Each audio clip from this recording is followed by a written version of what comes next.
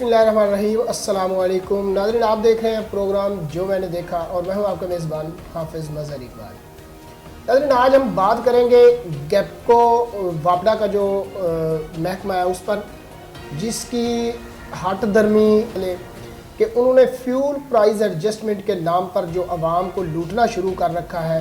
और उस पर जो है वो सबसे जो हैरान कुन बात है वो ये है कि हुकूमत इस पर बिल्कुल भी दिलचस्पी नहीं ले रही, और आवाम है कि जिस पर पहले ही महंगाई के पहाड़ टूटे हुए हैं उस पर मज़ीद जो है वो फ्यूल प्राइस एडजस्टमेंट के नाम पर जो है वो उस पर और एक बर्डन जो है वो डाल दिया गया है।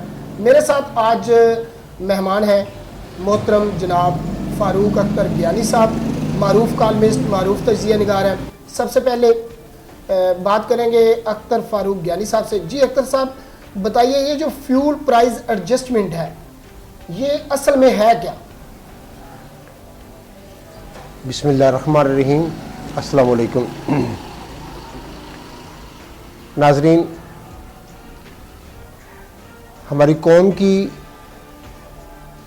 जो पोजीशन है महंगाई के लिहाज से और लाकानूनियत की लिहाज से, उसको अगर देखा जाए तो ये जो फ्यूल प्राइस एडजस्टमेंट का मैटर है, ये जो टर्म इस्तेमाल की जा रही है, ये इंतहाई दिलचस्प या मिस्टीरियस है, जिसको आम तौर पर कुछ लोग समझ नहीं पा रहे। जो फ्यूल प्राइस एडजस्टमेंट है, वापडा इसको ये इसलिए इस्तेमाल कर रही है कि ये तेल की वजह से हो रही है। उसका मौक़िफ़ ये है कि हमारे मुल्क में बिजली पैदा करने के सिर्फ दो तरीके हैं, एक पानी और एक तेल। जो पानी पे बिजली पैदा की जा रही है वो मुल्की पैदावार के लिए, सार्फिन के लिए, उनकी ज़रूरियात को पूरा करने के लिए इंतहाई नाकाफ़ी है। और गुज़श्ता 40 सालों से बिजली पैदा करने का कोई इंतज़ाम नहीं किया गया, ना ही कोई डैम वगैरह लगाए गए हैं। और मुल्की ज़रूरियात को पैदा करने के लिए, पूरा करने के लिए तेल से बिजली पैदा करने के मनसूबे लगाए गए हैं। और जो तेल की कीमतें हैं रोज़ बरोज़ आलमी मार्केट के हवाले से जो उतार चढ़ाव आता जा रहा है, उसकी वजह से हमारे जो अखराजात हैं वो रोज़ बरोज़ बढ़ रहे हैं। बाज़ औक़ात ये भी होता है कि जब तेल की कीमतें आलमी मार्केट में कम होती हैं तो फ्यूल प्राइस एडजस्टमेंट जो है वो कम होती है, और जब तेल की कीमत बढ़ जाती है उसमें बिजली के पैदावार की में लागत ज़्यादा आती है, तो वो हम एडजस्ट करने के लिए उसको फ्यूल प्राइस एडजस्टमेंट के तौर पर उसको एडजस्ट करते हैं। और वो जो नुकसानात होते हैं तेल की कीमत के लिहाज से वो हम इसको एडजस्ट करते हैं। अच्छा, इसका ये जो फ्यूल प्राइस एडजस्टमेंट है इसका यूनिट के साथ भी कोई ताल्लुक है? वापडा वालों ने इस टर्म को इस तरह इस्तेमाल किया है कि फ्यूल प्राइस एडजस्टमेंट को बड़े मिस्टीरियस अंदाज से लगाया हुआ है। उनका मौक़िफ़ ये है कि हम पिछले जो 2 माह गुजर चुके होते हैं, हम उनके जो यूनिट्स हैं उन पे जितना खर्चा आता है हम उसको फ्यूल प्राइस एडजस्टमेंट के तौर पर मौजूदा बिल में एडजस्ट कर लेते हैं। मसलन हम दिसंबर का बिल जो है वो हमारे पास है, लेकिन हमारे साथ फ्यूल प्राइस एडजस्टमेंट जो है वो नवंबर की या अक्टूबर की जो है वो लगाई जाएगी। और ये चीज़ जो है वो सिर्फ इसलिए लगाई जाती है कि वो कहते हैं कि जितने यूनिट सर्फ होंगे उसके साथ हम सार्फिन पर उतने बोझ डालेंगे जितने वो यूनिट सर्फ करेंगे।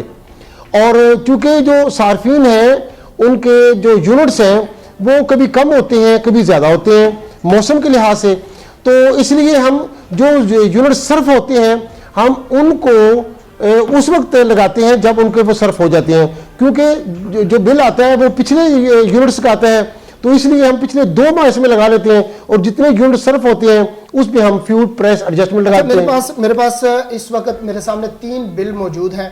उसमें एक जो है वो 47 यूनिट है और उसकी कीमत बिजली जो है वो 442 रुपये है, जबकि फ्यूल प्राइस एडजस्टमेंट की मद में उस पर जो है वो 1228 रुपये जो है वो लगाए गए हैं। इसके अलावा एक दूसरा बिल है। अच्छा, मज़े की बात यह है कि ये दोनों बिल एक ही घर के हैं। एक जो है वो मीटर उस पर 47 यूनिट है, कीमत बिजली 442 रुपये, जबकि दूसरे घर का जो बिल है वो है 57 यूनिट, जबकि उस पर कीमत बिजली जो है वो है 536 रुपये।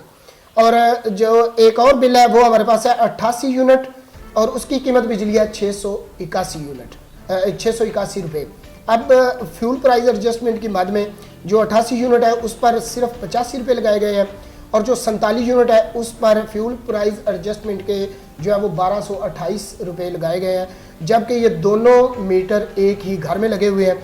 और तीसरा मीटर जो है वो 57 यूनिट का है जिसमें 536 कीमत बिजली, जबकि 1256 रुपये जो है वो फ्यूल प्राइस एडजस्टमेंट के हिसाब से लगाए गए हैं।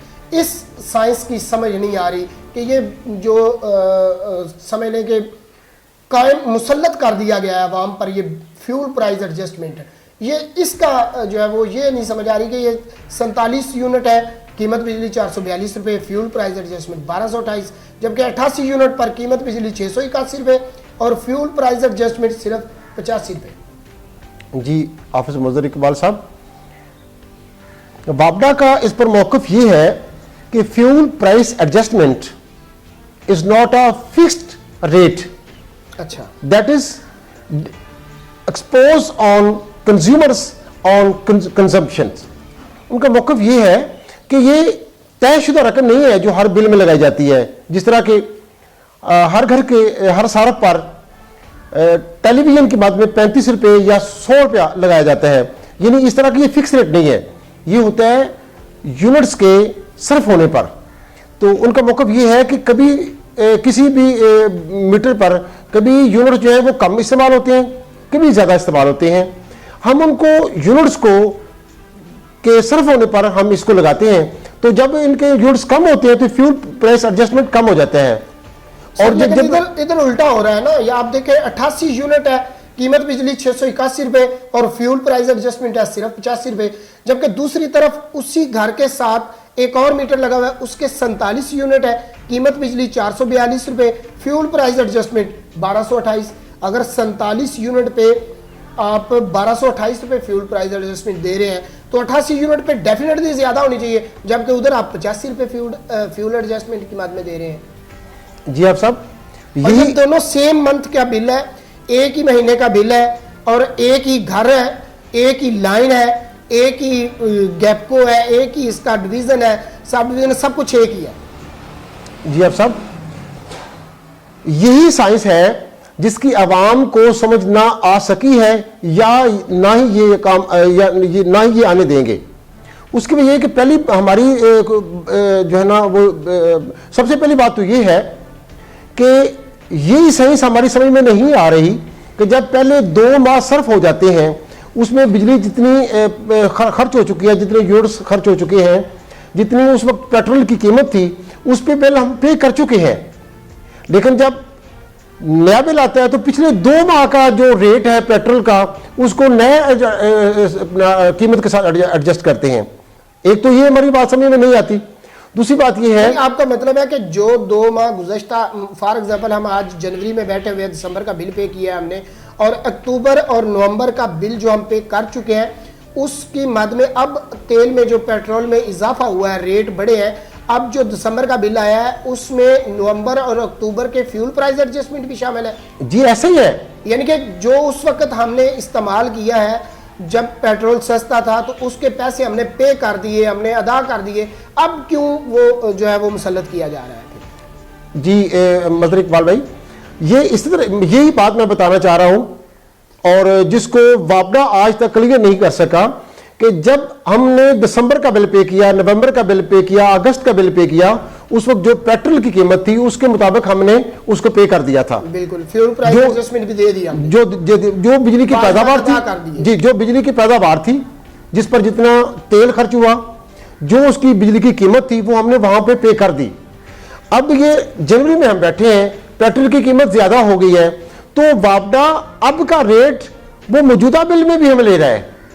ठीक है, तो और ये जो साबका बिल है उन पर भी वो तकसीम करके मौजूदा फ्यूल प्राइस एडजस्टमेंट में वो बिल के पैसे भी शामिल कर वो भी शामिल कर रही है, अदा कर दिए हैं, जिसके बाद हमारे वाजबात जो है वो नहीं है। ये तो फ्यूल प्राइस एडजस्टमेंट का मैटर है।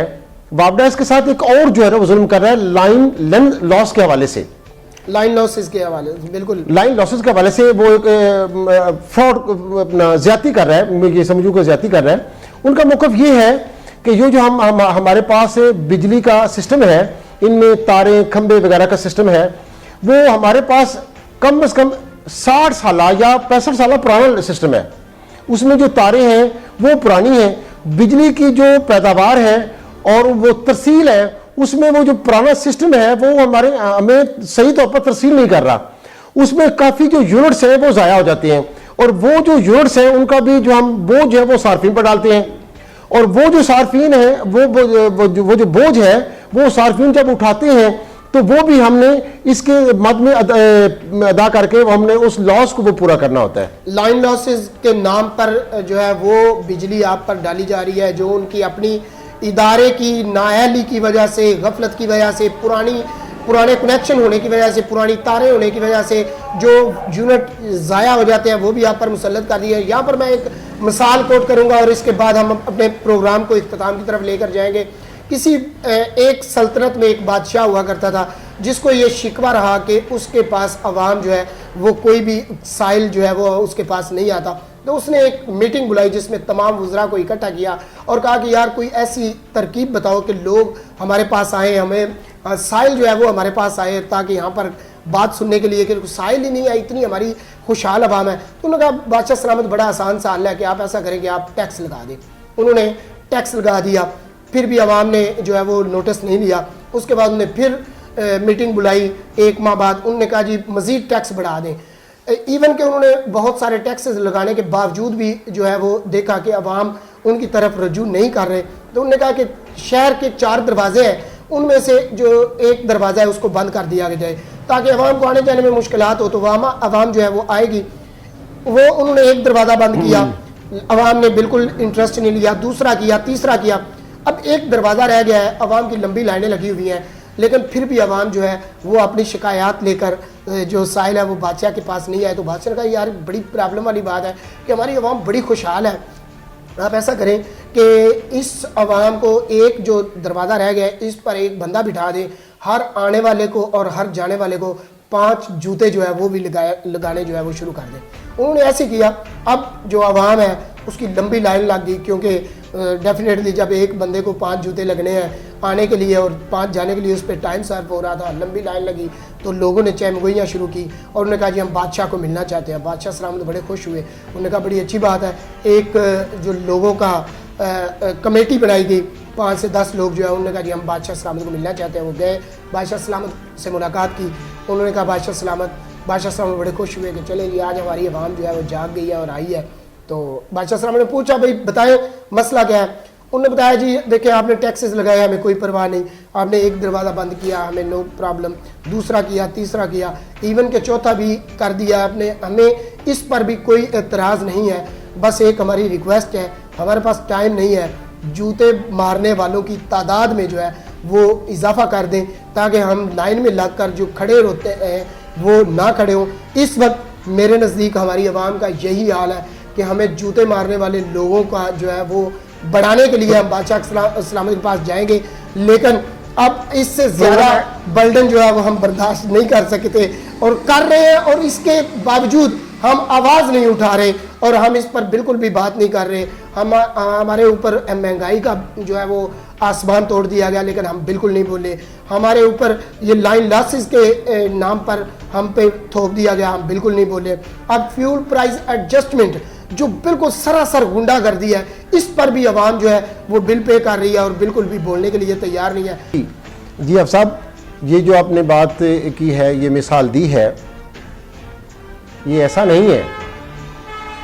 फ्यूल प्राइस एडजस्टमेंट के मुतालिक अवाम कोर्ट में जा चुकी है, इस पर एक बाकायदा रिट हो चुकी है, मगर इस पर मजीद कोई ट्रायल नहीं हुआ, कोई समाअत नहीं हुई और कोर्ट ने इस पर इब्तदाई समाअत की है मगर उसके बाद एक तारीख दे दी है और इसको गैर मुअय्यना मुद्दत के लिए मुलतवी कर दिया है। सर ये हमारे मुल्क का बड़ा अलमिया रहा है कि हमारे मुल्क की अदालतें जो है अनफॉर्चुनेटली वो अपना काम जो है वो दयानतदारी से नहीं कर रही। बहरहाल देखिए एक और बात भी है कि ये हुकूमत इस पे बिल्कुल मुकम्मल खामोश है। जो दावेदार है मदीना की रियासत के वो मुकम्मल तौर पर खामोश है। हमारा इंतहाई ईमानदार लीडर इस पर बात नहीं करना चाह रहा, हमारा ईमानदार वज़ीर आज़म इस पर बात नहीं करना चाह रहा कि जनाब ये जो फ्यूल प्राइस एडजस्टमेंट के नाम पर अवाम पर जो टैक्स थोपा जा रहा है या अवाम पर जो मुसल्लत किया जा रहा है इस पर कोई बात नहीं हो रही। कि ना सिर्फ इमरान खान वज़ीर आज़म पाकिस्तान इस पर खामोश हैं, बल्कि वो इदारे जो छोटी छोटी बातों पर सो मोटो एक्शन लेते हैं और ये दावा करते हैं कि हम इस मुल्क के उन मसाइल पर तवज्जो देंगे और वो हमारी नज़र में आते हैं जिन पर गवर्नमेंट तवज्जो नहीं देती। बल्कि मैं ये कहना चाहता हूँ कि इस मौजू पर वो तमाम इदारे भी खामोश हैं और अगर सिर्फ वापडा को अगर जिम्मेदार ठहराएंगे तो ये ज्यादती होगी। तमाम इदारे आवाम की भलाई और इसकी दिलजोई के लिए या अशकशोई के लिए कोई कदम नहीं उठाए जा रहे, बल्कि तमाम इदारे भी वापडा के साथ अवाम पर जुल्म करने में शामिल हैं और अवाम का खून चूसने में शामिल है, जो कि इंतहाई जुल्म है। जिन पर जुल्म हो रहा है वही बोलना नहीं चाह रहे। मैंने जो है वो मैं अब पूरे दावे से बात करता हूँ कि मैं अपने पूरे इलाका में घूमा हूँ, मैंने लोगों से व्यू लेने की कोशिश की है, लोगों के रिव्यूज़ डालने की कोशिश की है, कोई बंदा भी इस पर बात करने के लिए तैयार नहीं है। मैं जो मिसाल दे रहा हूँ बिल्कुल ये उसके मसदाक लोग हैं और ये यही चाहते हैं कि हमें जूते मारने वाले बढ़ा दें, इससे ज़्यादा भी टैक्स लगाएं। मैं दावे से ये बात करता हूँ कि हमारी आवाम बिल्कुल भी नहीं जागेगी और इसके पास इतना टाइम ही नहीं है कि ये अदालतों के चक्कर लगाए। लोगों का कहना यह है कि अगर हम अदालतों में जाते हैं तो जो 2 दिन का काम होता है वो 2 साल पे मुहित होता है। हमारे पास इतना टाइम नहीं है कि हम एहतजाज करें या हमें इस पर बात करें। तो डेफिनेटली ये वही बात है कि जूते मारने वाले बढ़ा दें। वज़ीर आज़म साहब या जो भी इदारे देखें, अगर आप कह रहे हैं कि वापडा वालों का कसूर नहीं है, मैं समझता हूँ कि बिल्कुल वो कसूरवार है। देखें वो सोची समझी स्कीम के तहत जो आपने 2 माह गुजार चुके हैं, 2 माह गुजर गए, आपने बिल अदा कर दिए, आपने वाजिबात अदा कर दिए, अब आपका पेट्रोल कीमत में इजाफा हुआ है तो वो 2 बिल डेफिनेटली आपने सस्ते पेट्रोल के साथ दी है, लेकिन आप इस जो मौजूदा कीमत है उसके मुताबिक वो 2 महीने का बिल फिर से रिड्यूस उसको शामिल कर रहे हैं। तो ये जुल्म, मैं तो कहता हूँ इससे बढ़कर और ज्यादती क्या हो सकती है, लेकिन अवाम है कि इस पर बिल्कुल भी बात नहीं करना चाह रही। तो इसके साथ ही हमारे प्रोग्राम का वक्त खत्म होता है। आइंदा तक के प्रोग्राम के लिए अपने मेज़बान हाफिज़ मज़हर इकबाल को इजाज़त दीजिए। अपना बहुत सारा ख्याल रखिएगा। पाकिस्तान जिंदाबाद, पाकिस्तान पाइंदाबाद।